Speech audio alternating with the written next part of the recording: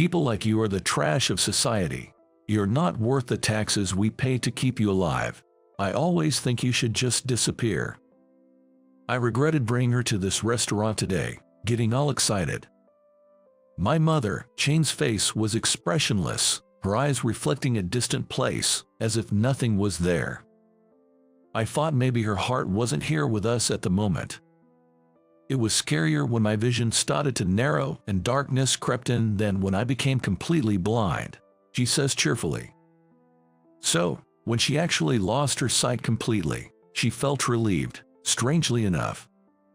She had nightmares about going blind, waking up thinking it was just a dream, only to realize that too was a dream. When she opened her eyes, her field of vision was narrowing. Those days were so hard. Just hearing about them is painful. She had aspired to be a professional oil painter. Since high school, she had been attending a painting academy to get into art college, her hands always covered in paint as she faced her artwork every day. The day she passed her university entrance exams. Returning home after celebrating with friends over dinner, she was hit by a car that ran a red light. She was rushed to the hospital with a head injury, but the X-rays showed no abnormalities, and she got away with just some scratches and bruises. I'm alive, maybe I'm lucky, she thought. But a month later, the symptoms appeared. The corners of her vision started to feel dark.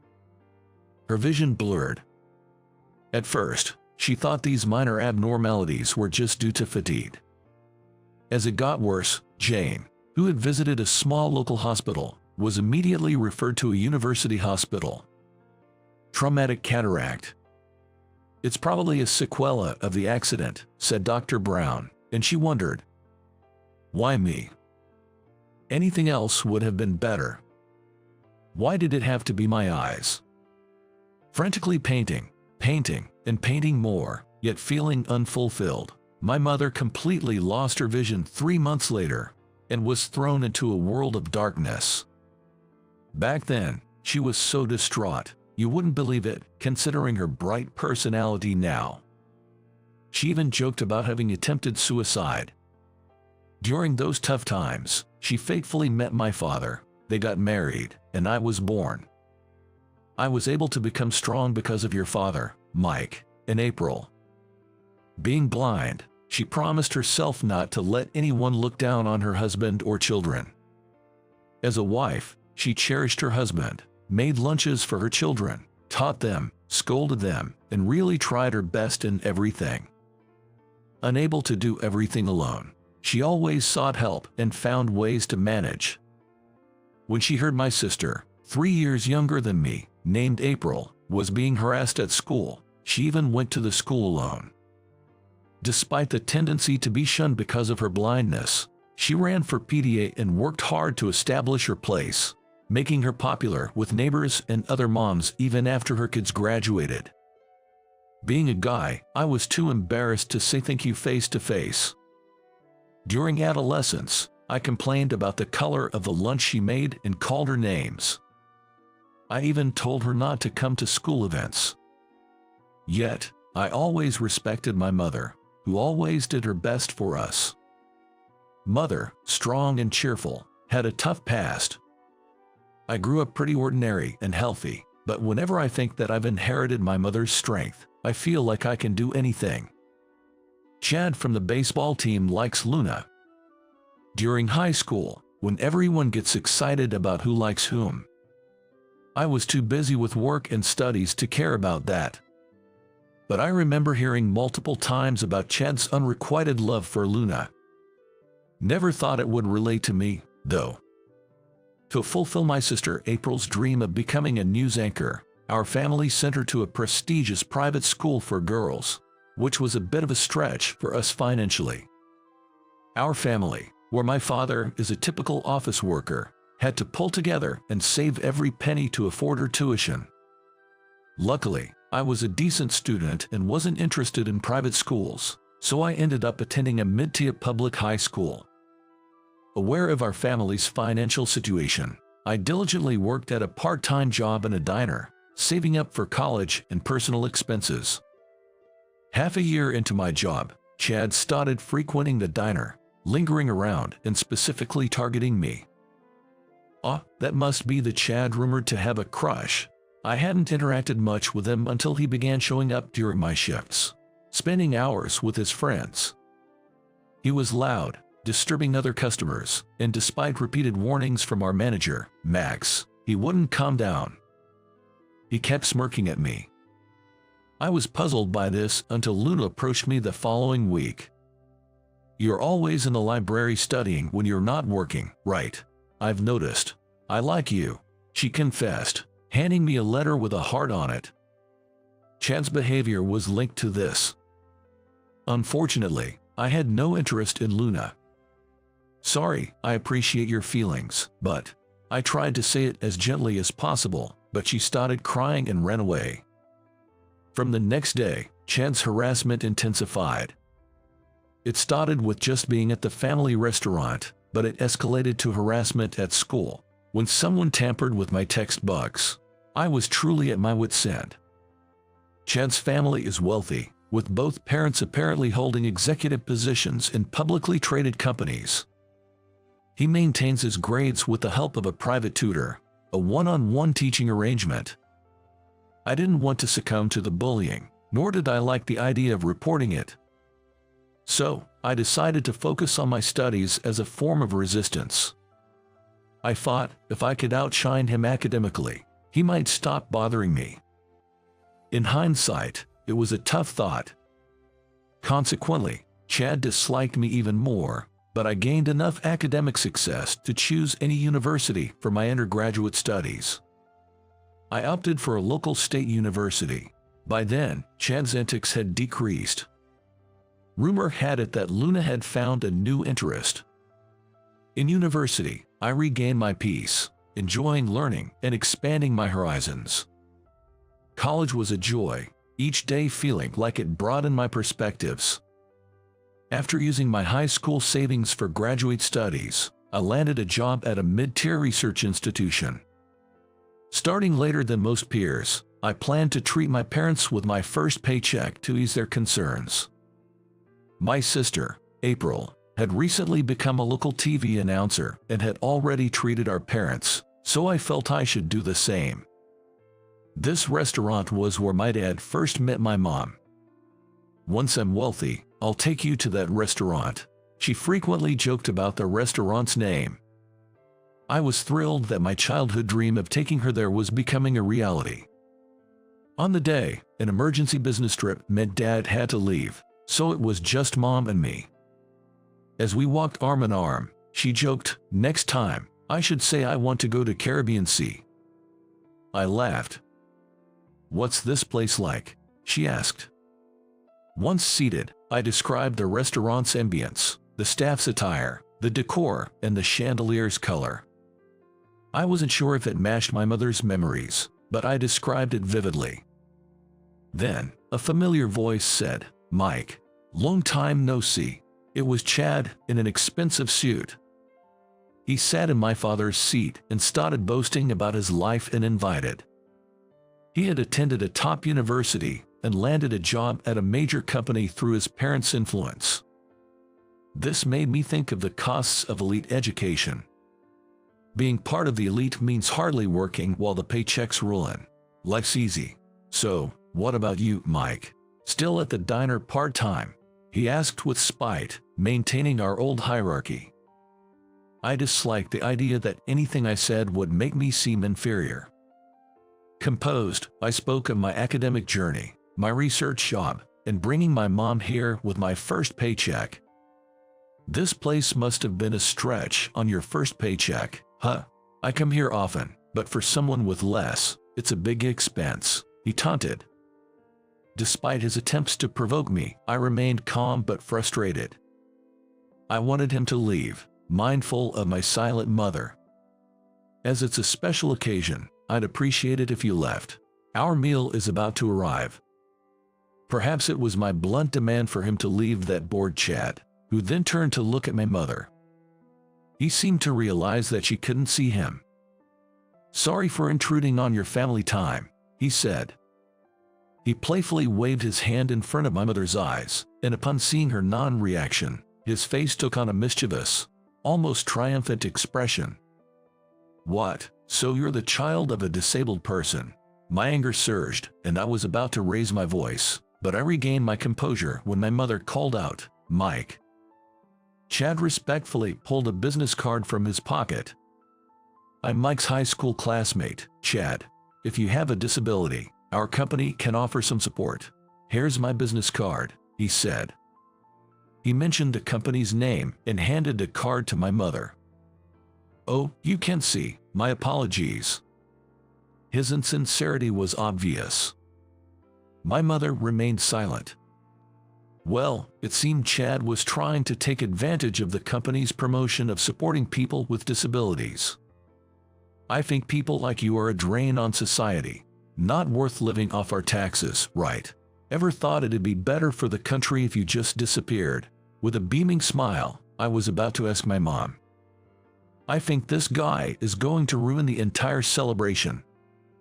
Just as I was considering asking the staff to have him escorted out, my mom said quietly, "Handing out your company's card, you are representing them.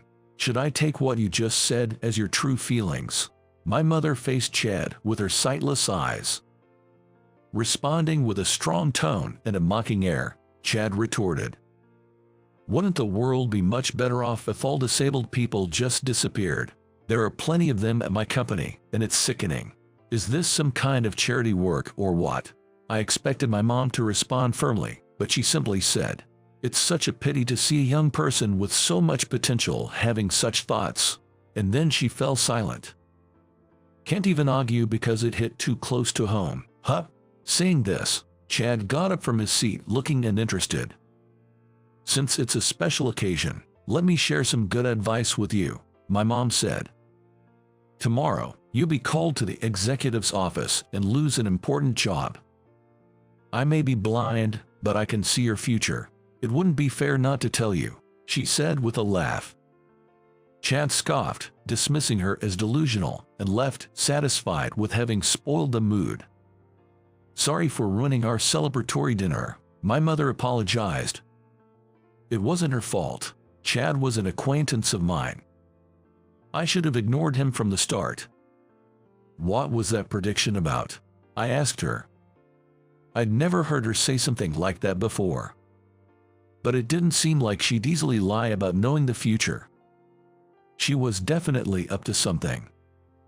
"You'll understand by tomorrow," she said, with just that one sentence, and I could feel the pressure in her voice, indicating that she didn't want to discuss this topic any further. As the dishes started to arrive and I explained the colors and presentation to my mom, who was surprised by the deliciousness, thoughts of Chad gradually slipped from my mind.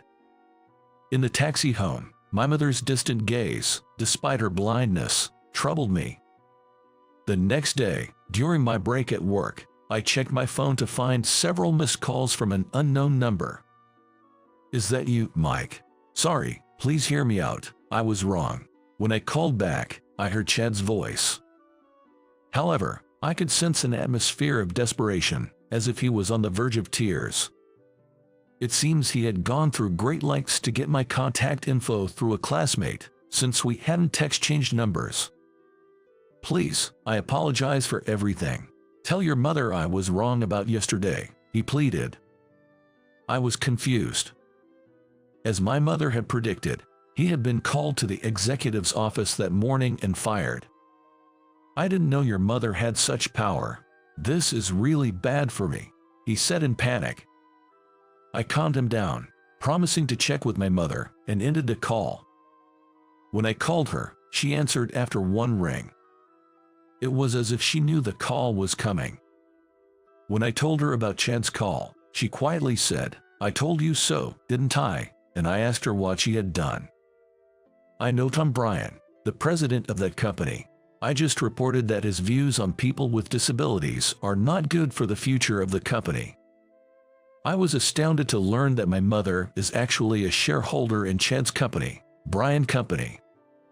She said that Tom was the person who helped her when she was in despair about going blind and even thought about ending her life. Apparently, Tom also played a role in connecting her with my father. I had never heard of such a thing before. Because our house has always had to be frugal. When Tom was starting his company, there was an unfortunate trouble. He asked my father to invest in it as a way of thanking him for saving me, she explained. The shares were inherited by my mother after my grandfather passed away. She said she had no intention of selling them, so they couldn't really be called an asset. Then she said, "I'll get in touch, so you and Chad come to the same restaurant as yesterday," and hung up the phone. Despite being by my side all this time, her tone was so commanding, she seemed like a different person. After work, I met up with Chad and headed to the restaurant from yesterday. Chad, looking completely different from yesterday, seemed to have no spirit. He appeared extremely fatigued, wearing a rumpled suit. As we were seated, I saw my mother and a man talking at the table. "Mr. Bryant." From the way Chad addressed him, I realized this man was Tom. "Chad, right. I've heard everything. I've done some research on what you've been doing in the company. I've concluded that someone like you is a risk to the growth of our company. As declared today, you will have to leave our company," he said. Chad, pale as a ghost, realized the decision was final and slumped to the ground. Bryant Company has recently launched a project to support people with disabilities. They are actively creating employment opportunities for people with disabilities and seek employees who can maintain a neutral emotional stance towards them. It's understood that if people with biases are employed, it hampers the effective collaboration and mutual support with those who have disabilities. In a company striving to bring out the best for synergy, individuals who lower the corporate value under the guise of the company's name are seen as a future risk. It was discovered through an internal investigation that Chad had been harassing and verbally abusing people who are deaf, have mobility issues, and others. Everyone feared the uncertainty of finding a new job after leaving here, and Chad exploited this fear to continue his harassment. Hearing his comment, "They are disabled, a burden on society," my venting a bit should be seen as contributing. I felt dizzy when I heard him say that. My mother realized that if he could say such things to her, he would do the same in the company. Despite Tom's efforts to create a society where people like him help each other, Chad was doing the exact opposite, she said. She reported him, believing that Chad's presence was not suitable for the company's future growth. While Chad seemed to regret his actions, it was too late. Sooner or later, voices would have been raised, either from those harassed inside the company or from somewhere else. His father, who got him the job for connections, has also been informed and is furious. Chad will now have to search for a new job on his own, without his parents' backing. You're still young. If you realize and change now, there's hope. As you are, you'll face the same issues wherever you go. My mother spoke as if giving advice. After Chad left, my mother, Tom, and I sat at the same table, and unexpectedly, I ended up hearing stories about her past. "It's hard to believe you're the same Jane who wanted to die back then. You've become strong." When Tom said that, my mother smiled. "I have children now. I didn't want to remain weak." I was surprised to learn that she plans to join Bryant Company's ventures as an advisor once the kids are more independent. I'm looking forward to starting this new chapter in my life. My mother, who says she is enthusiastic, is reliable. I ate a lot of delicious food that day. Even if I didn't feel like I could taste it yesterday, I can actually taste it today. I began to think about Caribbean Sea. I don't know what that will be in 10 or 20 years, but someday I want to take her there. How will I describe the blue of the sea and the vibrant colors? I hope to become a person rich in expression by then, as I imagine the future a bit.